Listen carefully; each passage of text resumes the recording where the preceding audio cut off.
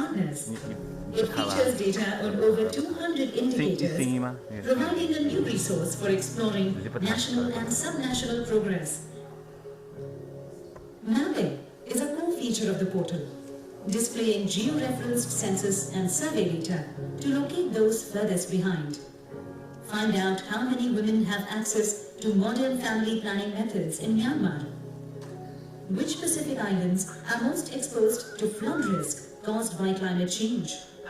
Whether the census in Uruguay is on track, or how the level of wealth impacts intimate partner violence in Angola's Beach province. This information and much more are available on UNFPA's Population Data Portal. Whether you are already an expert or new to data, the Population Data Portal offers you multiple ways to access data. Browse through our user-friendly visualizations or take a deep dive into our databases to conduct analyses on new or historic data disaggregated to the smallest geographical unit. You can export, download, and print your data and maps throughout the platform. Only with robust data systems can we know who is left behind and work together to expand life-changing opportunities and guarantee rights and choices for all. At UNFPA, we commit to a world where everyone is counted, because everyone counts. Start your data journey with the Population Data Portal now.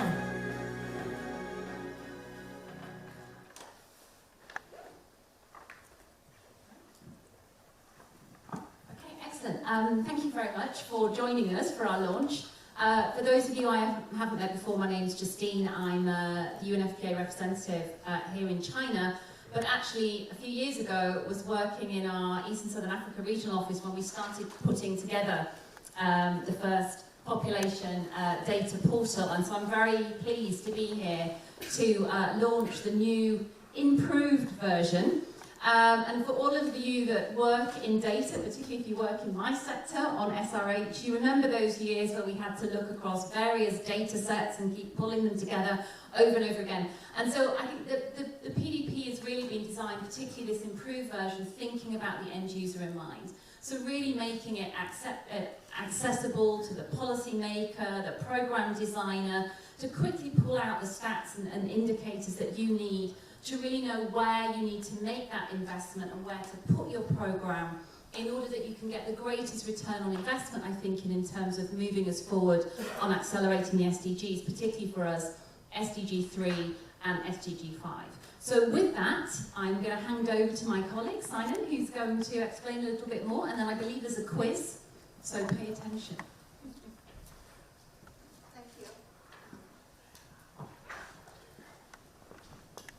Thank you. My name is Sanai Zhang. I'm a technical specialist in UNFPA headquarters in New York. I'm very happy to use the next 10 to 15 minutes to show you a quick demo of Population Data Portal. After that, we'll set several questions for you to use your cell phone to play our Population Data Portal and see whether you can find the indicators using our portal. And then that's basically our session. If you can use your cell phone to scan this QR code, it will bring you to our homepage.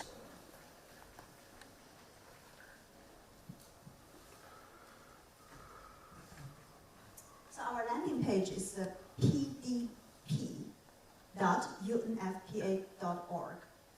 So again, it's pdp.unfpa.org. So it's we have two versions. One is the web version, and we also have a cell phone version. So to start it with browsing our population data portal, we have over 200 indicators. And to explore the whole list of indicators, you can start from the left side. There's a panel for you to choose indicator. The easiest way, you can just use the search bar to enter the keywords such as population. Now all the indicators with keywords are shown up. And another way you can do it is to use a domain. And you can see we have several domains, and if you click education, then it's bring you to the subdomain. So there's another way. So let's try example family planning. And you click family planning, it's bring you to the 4 subdomains. I will just show a demo like demand satisfied, which is SDG indicator 3.7.1. Once you choose indicator, then we are loading the indicators at the global level. So this portal, including the indicators indicators from the variety of data sources. It will take a little while, so it's still loading.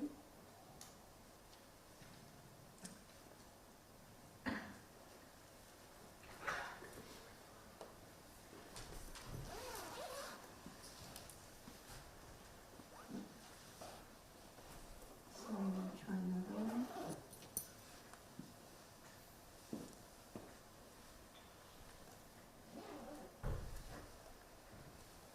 Yeah, maybe the internet issue, but you can explore here. Another way you can also show indicators is from the data source. The main data source are census, household survey, and global database, which we compile all together from different surveys. You can also choose the territory by choose country and also can choose region. Then the time period, we have all available data over the history, which is the historical data, and once you choose all the years, it will show, for example, the 1960 to 2022, then it will show as a timeline bar in the bottom for you to browsing the trend, visualization by trend data. So now let me show the other way you show indicators on the top. So UNFPA mandate is we have 3 transformative results, which is the unmet need for family planning, and towards 0 for the maternal health, and also towards 0 of gender-based violence. So let's say, let me show here again. So let's try here. If you directly click the top, then it will shows up all the indicators under this domain. So I think it's already popped out. So that means all indicators on the unmet need for family planning we are shown here on the map. There are over 10 indicators you can see on the right side. Each layer have a small icon with an eye, and you can either show it or you can hide it. So for example, if I choose indicator demand for family planning, I just make it on. And then the map will show you this layer with this indicator. And similarly, if you want to switch to another indicator, you just simply click it, and then it will bring to the top. And the map will show that indicator you selected. And here, at the geographic level, you can even break down to subnational level, and you can also disaggregate by different age group. So it's a huge database with national level and subnational level, and with disaggregating by age and by sex, and by geographic. So here you can see the nice map shown at the subnational level. Another thing I'd like to show is additional layers. We do add other layers like base map, land use, land cover, the open road system, and health facility. So this will be shown in the additional layer. So I'll hide this indicator layer and then bring the additional layers. Currently we have 4 layers, but we're going to keep adding more layers. If we show, for example, land use, land cover, similarly, we just click this icon, and then immediately land cover will show up as a base map. And you can see here nicely as a background of land use and cover.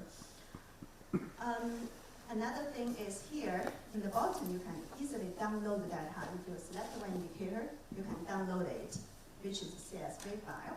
And you can also print the map or share the link. Okay. So another thing is the visualization. Here is the maps. We can also show different visualization by charts and by table. So if it's a trend data, it's better to show in charts. And you can also see the different years if you select all the years. And then also the table shows all the attributes behind the maps, because it's all geospatial data. So that is the attributes behind all these the indicators. Then in the top visualization, we have the different dashboard associated with the main landing page. Because we have over 200 indicators, all these indicators can be extracted by different thematic area, and that can be used for different applications, either by themes or by connecting these indicators with other geospatial data. For example, climate change, we can link population with climate change data to find the population exposed in flood or drought.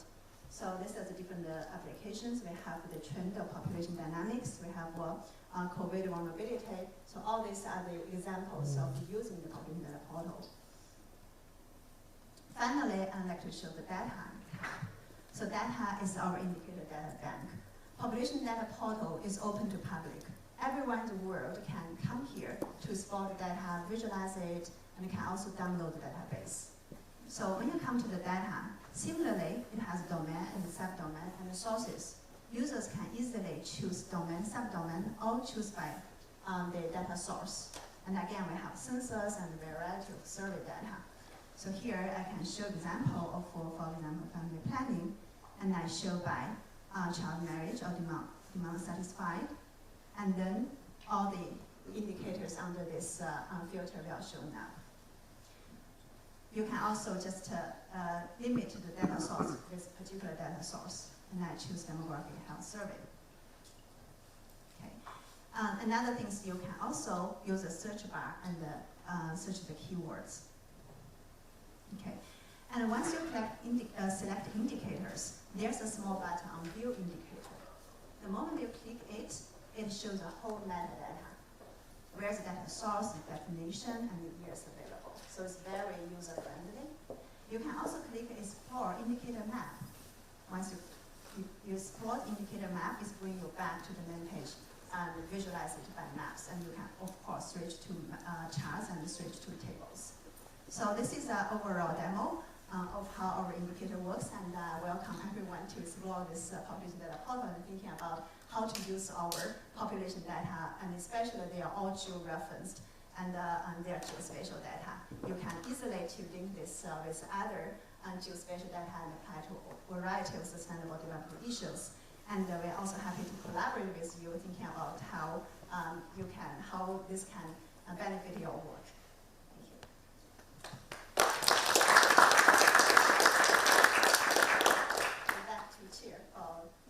The next is, okay, I will just continue. So the next phase is we'll have a small quiz. Since this is online available, if you access to the internet, then I'm going to show this slide back here. You will have around 10 to 15 minutes to try this small quiz and scan this QR code, and this is our population data portal. Hasn't it shown up yet? Yeah, and if you don't scan it, you can just click pdp.unfpa.org, and then it brings you to the main page of our landing page of population data portal, and you can use cell phone or use laptop. Is everyone connected?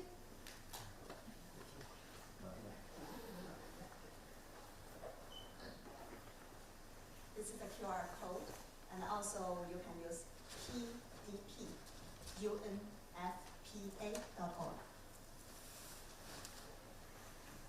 Okay, so the first question is, what is the contraceptive prevalence rate? Modern methods, all women in India, you can use filter. Keywords, find this indicator, and who can tell me whether you can find the answer?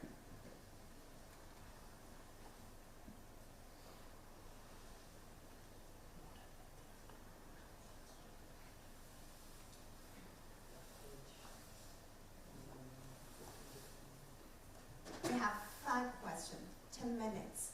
So each question we can give 2 minutes.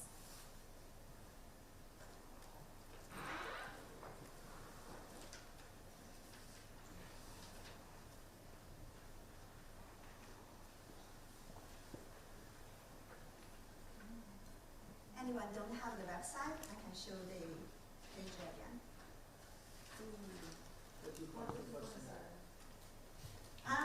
Yeah, thank you so much. And we have a small gift. We have a small sustainable development testing. Just what you needed.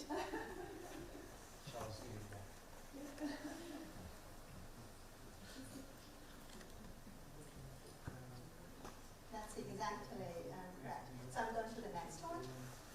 The timing is exactly 2 minutes, so it's good. So the next slide.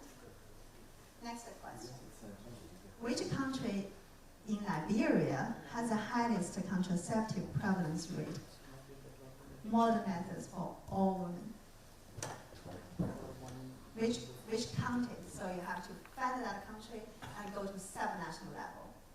So remember, in the demo, you can disaggregate it.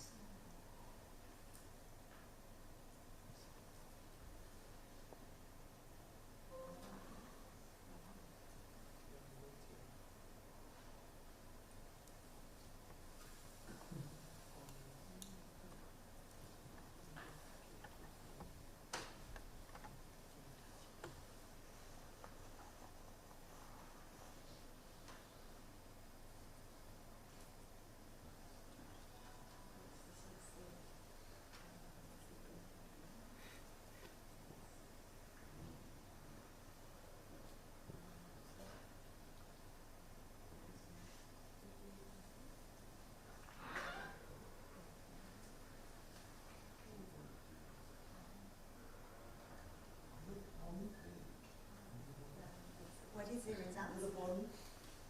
I'm sorry. Bond.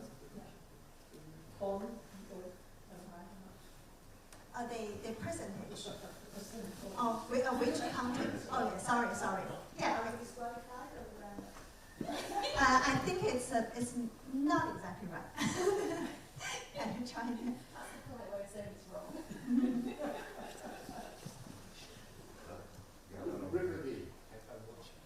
Is it Maryland?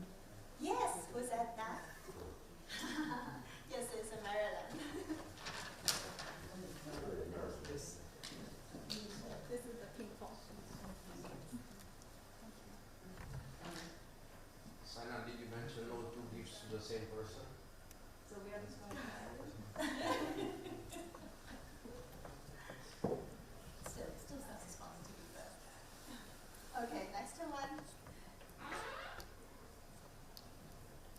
Answer Maryland, yeah. Next one. Which country has the highest level of decision making on sexual and reproductive health and reproductive rights? If you are not very familiar with the domain category, you can probably use search the keywords. So it's about decision making on sexual and reproductive health and reproductive rights.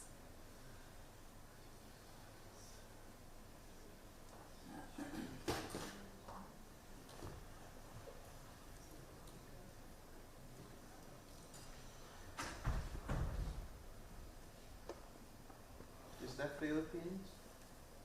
Philippines. No. No.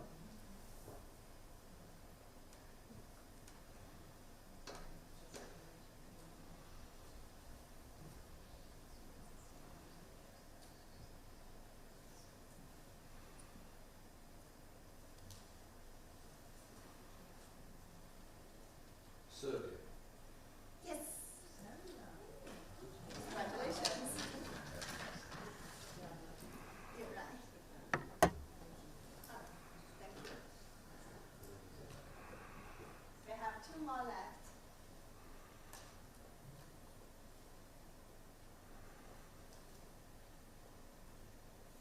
So Serbia have the highest level of decision making, which is almost approaching 96%.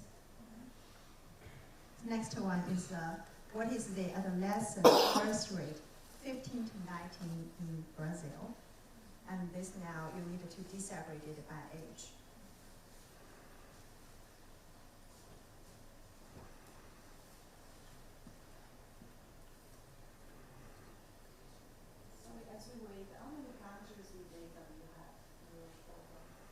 And so, different data sources, we have a different number of countries covered. For the previous one, for example, for decision making. For decision making, that is the SDG 5.6.1. It's our UNEP indicators. I think it's around, I don't know, maybe I'm not in position to answer this. Probably around, yeah. I think, yeah, something like that. So we are trying to engage countries with more on that indicator. So once we have the indicator, we always include in. The major database currently included in the population data portal from DHS, Demographic Health Survey, including this decision making. And then the other is EPOMS, if people are familiar, it's sample census by University of Minnesota. So this event is also co-organized with them, so I wanted to also credit them as well. And we're partnering with Esri to build all this landing page and population data portal. So this is the efforts over a couple of years already. So EPOMS data year is also around 80 countries, 200. 83 countries. In Brazil, the adolescent rate, 83 80, no. Sorry. So the unit is per 1,000 people. Actually, it's per 1,000 adolescents, 15 to 19. So what is the adolescent birth rate in Brazil? 49.1. 49.1, yeah. But no institution is that. Exactly.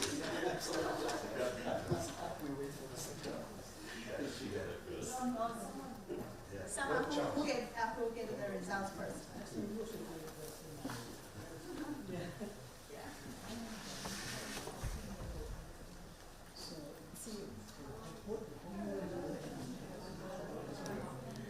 Yes, we currently use Esri solution.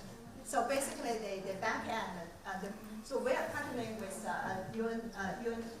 UNGSC, the Global Service Center, which is also the center hosting the UN Geospatial Data Hub. So we are harmonized with the same back-end server.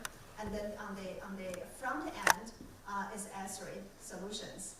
Esri also helps us with back-end database building. So it's a partner with DESA, UNGSC, Global Service Center, and with Esri. And we also partner with EPOMS on these indicators, and we also partner with all these data sources agencies. And currently we are also in the loop of engaging with the UN Geospatial Network. It's an interagency group. So our aim is in the future we are including more the geospatial data across different domains, environment, health, schools, road, and we can add it together. So the beauty of the population data portal is they all geo-reference the data. So once we are putting together in a database, it's allow a lot of integration. And like using geospatial data analysis can integrate the data to answer all kinds of sustainable development issues. So our goal is to use geospatial data but integrate with other geospatial data. So this already answered. And that's the next one, last one. What is the difference between the country with the highest reported level of intimate partner violence, 12 months, and the one with the lowest reported level? So to be simple, this is a violence against a woman indicator.